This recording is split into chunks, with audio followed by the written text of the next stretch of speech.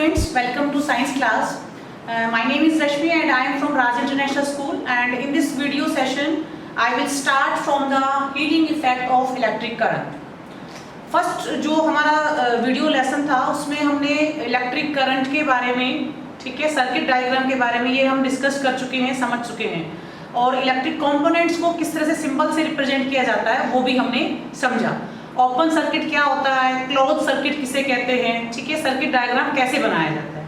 अब यहाँ पे हम नया एक सेगमेंट, नया टॉपिक स्टार्ट कर रहे हैं, heating effect of electric current. Heating का मतलब गर्म होना, ठीक है। इलेक्ट्रिसिटी से, इलेक्ट्रिक करंट को फ्लो करने से कुछ ऐसे वायर या कुछ ऐसे सब्सटेंस या मटेरियल होते हैं जिनमें कि बेसिकली वो क्या होते हैं, गर्म हो जाते हैं, ठीक है। उनकी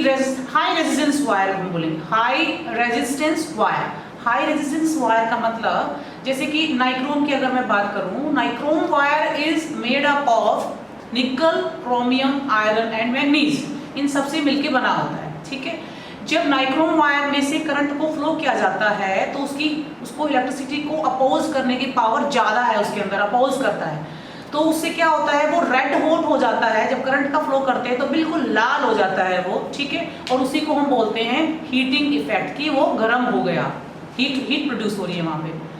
ठीक है। तो उस चीज को एक एक्टिविटी के थ्रू भी हम समझ सकते हैं, हम देख सकते हैं कि किस तरीके से नाइक्रोम वायर जो है वो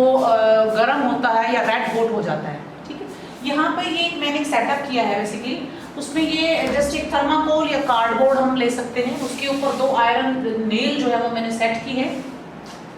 और बीच में यहाँ पे इन दोनों आयरन नेल से जो है लिंक करके एक नाइक्रोम वायर को अटैच कर दिया है, और दोनों नेल से यहाँ से वायर आकर, और ये सेल है, क्योंकि हमने यहाँ पर एक ही दिख रहा है तो ये सेल है आपका, पॉजिटिव नेगेटिव टर्मिनल, और फिर साथ में ये स्विच है। अब ये स्विच कैसा है, इस सर्किट में कैसा पता लग रहा है, ये सर्किट कैसा है, ओपन सर्किट है। अब मैं क्या करती हूँ, स्विच को यहाँ पे हम इसको कर रहे हैं ऑन, तो स्विच को ऑन करने के साथ ही क्या होगा कि करंट का फ्लो होगा, कहाँ से, ये इस तरह से करंट का फ्लो स्टार्ट होगा, यहाँ से होकर फिर अब ये वायर, क्योंकि इनको तो लिंक या जोड़ने के लिए यहीं पे ये वायर है, नाइक्रोम वायर यूज कर रहे हैं, तो वायर में से होकर और इस तरह से फिर ये कंप्लीट। तो जब नाइक्रोम वायर में से, मतलब आप 1-2 सेकंड, मतलब कुछ सेकंडों में ही आप देखेंगे, ऑब्जर्व करेंगे कि आप करंट के फ्लो होने के बाद जब इसको हल्का सा टच करते हैं तो आपको ये गर्म नजर आएगा। वो गर्म क्यों नजर आया, क्योंकि ये नाइक्रोम हाई रेजिस्टेंस वायर होता है और करंट के फ्लो को अपोज करता है। तो इस इफेक्ट को कि करंट के फ्लो से मीन्स बेसिकली हीटिंग इफेक्ट भी होता है, इस पर बेस्ड बहुत सारी चीजें हम जो है रूटीन लाइफ में हमारे बहुत सारे जो होम अप्लायंसेस है वो बने हुए हैं, ठीक है। तो इसका जो यूज है, यानी कि हम कह सकते हैं एप्लीकेशन, इस हीटिंग इफेक्ट का application, where we can apply the heating effect of electric current in our routine life, कहाँ हम उनका यूज कर सकते हैं, ठीक है। तो हम ये कह सकते हैं इलेक्ट्रिक बल्ब जो हमारा है, इलेक्ट्रिक बल्ब में क्या होता है बेटा, बेसिकली उसके अंदर टंगस्टन का वायर होता है, ठीक है, और वो टंगस्टन का वायर वो भी बहुत गर्म हो जाता है, और गर्म होने के बाद जब रेड हॉट मीन्स होने के बाद वो ग्लो करता है, और उसकी शाइन से, उसकी चमक से जो है रोशनी हो जाती है पूरे रूम में। इसी तरीके से जो इलेक्ट्रिक रूम हीटर होता है, तो इलेक्ट्रिक रूम हीटर में क्वाइल्ड आपने वायर देखी होगी, वो नाइक्रोम की वायर होती है,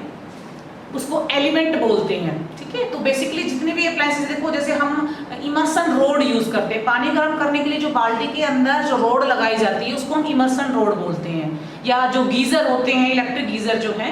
मैं आपको गैस गीजर की बात नहीं कर रही हूँ, इलेक्ट्रिक गीजर की बात कर रही हूँ, तो उसके अंदर भी अंदर की तरफ क्या होता है, एलिमेंट ही होता है, और जब करंट का फ्लो होता है तो वो क्या होगा, एलिमेंट गर्म होगा, और गर्म होने से उसके कांटेक्ट में जो भी चीजें होंगी वो भी गर्म हो जाएंगी। पानी डाल रहे हैं तो पानी गर्म हो जाएगा, और फिर उसको हम यूज कर लेते हैं।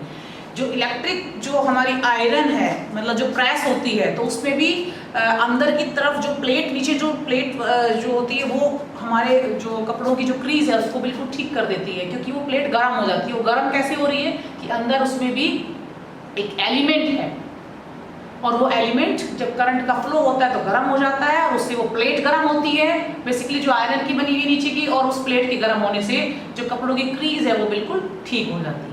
इलेक्ट्रिक केटल जो होती है बिजली वाली, तो उस केटल में क्या है, पानी गर्म करना है, जो थोड़ा बहुत क्वांटिटी हमें कॉफी चाय कुछ बनाना होता है, तो इस तरीके से उनमें वहाँ पे भी एलिमेंट का ही यूज किया जाता है। तो बेसिकली आप लोग जो इलेक्ट्रिक जो रूम हीटर है, तो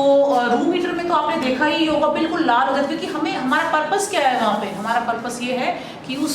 हीट से जो रूम का जो टेम्परेचर है नॉर्मल किया जा सके, क्योंकि रूम हीटर का यूज़ हम सर्दियों में करते हैं, है ना। और सर्दियों में क्योंकि कमरे का टेम्परेचर कम होता है तो हीटिंग से वो क्या होगा, गर्म हो जाएगा। और भी बहुत सारी चीज़ें हैं, जैसे कि अब मैं आपसे बात करती हूँ इलेक्ट्रिक फ्यूज़ की, है ना। फ्यूज़ का क्या रोल है, देखिए जो फ्यूज़ वायर हम लगाते हैं, फ्यूज़ वायर क्या करता है कि जब करंट का फ्लो ज़्यादा होता है सर्किट में से, तो वो फ्यूज़ वायर, हम कहते हैं फ्यूज़ उड़ गया, है ना। तो फ्यूज़ उड़ गया का मतलब वो गल जाता है वायर। तो गलने का मतलब ये हो गया कि जब वो वायर वहाँ से गल गया तो मेल्ट होके वो ब्रेक हो जाता है और सर्किट भी ब्रेक हो जाता है, करंट का फ्लो नहीं होता। यानी कि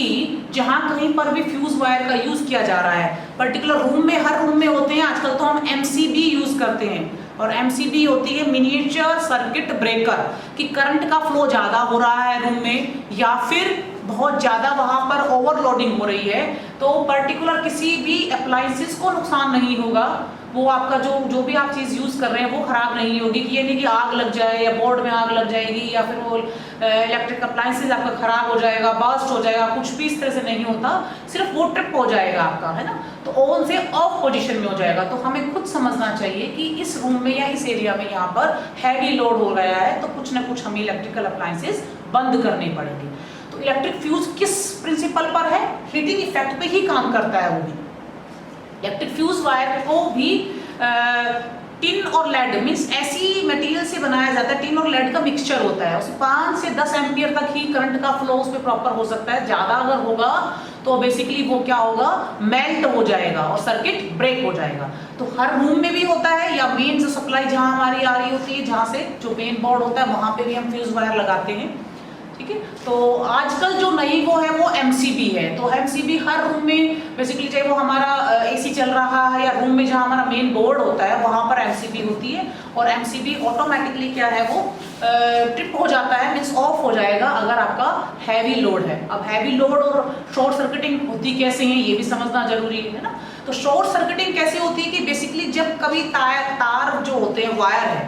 बहुत ज़्यादा ओल्ड वायरिंग हो जाती है, पुरानी हो गई है, तो वायर के बाहर प्लास्टिक का, रबड़ का इंसुलेशन होता है। और इंसुलेशन क्यों किया जाता है, क्योंकि प्लास्टिक है जो वो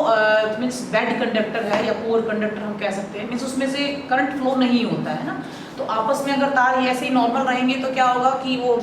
स्पार्किंग होगी और आग लग जाती है। तो कई बार ऐसा होता है कि वायरिंग जब ओल्ड हो गई है, बहुत पुरानी हो गई है, तो वो गल जाता है, जो इंसुलेशन है वो खराब हो जाता है, आपस में तार टच कर जाते हैं, उससे स्पार्किंग होती है और स्पार्किंग से आग लग जाती है ना। तो शॉर्ट सर्किटिंग हो जाती है, फिर सारी की सारी चीज़ें जो है बंद हो जाती हैं ऑटोमेटिकली। या फिर ये कहें कि हम ओवरलोड कैसे हो रहा है कि हम एक ही मीन्स प्लग से, मीन्स बेसिकली एक ही बोर्ड में बहुत सारी इलेक्ट्रिक चीज़ें हमने लगा दी, अटैच कर दी, फ्रिज भी वहीं पे है, हमारा मोबाइल भी चार्ज हो रहा है, या और भी चीज़ों को हमने कर दिया है, तो वो हैवी लोड होने से भी कई बार शॉर्ट सर्किटिंग हो जाती है या फिर मीन्स आग लग जाती है। तो ये मेन हमारा यहाँ पे समझने की चीज़ें क्या है कि heating effect of electric current, की करंट से किस तरह से हीटिंग इफेक्ट का क्या रोल है। और ये जो नाइक्रोम वायर मैंने बताया आपको, ये हाई रेजिस्टेंस वायर है,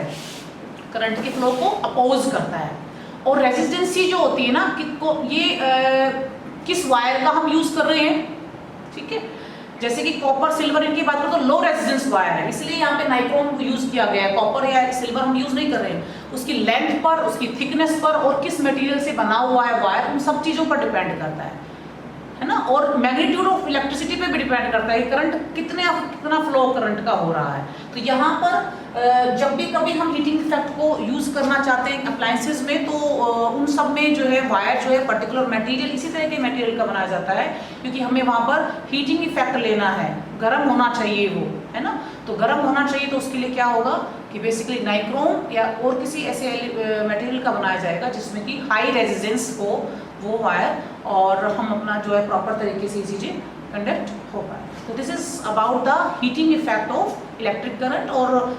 कहाँ ये इसकी एप्लीकेशंस क्या है, एप्लीकेशंस का मतलब कि हम वेयर वी कैन अप्लाई, कहाँ हम रूटीन लाइफ में इनको यूज कर सकते हैं। If you have any doubt then you can comment.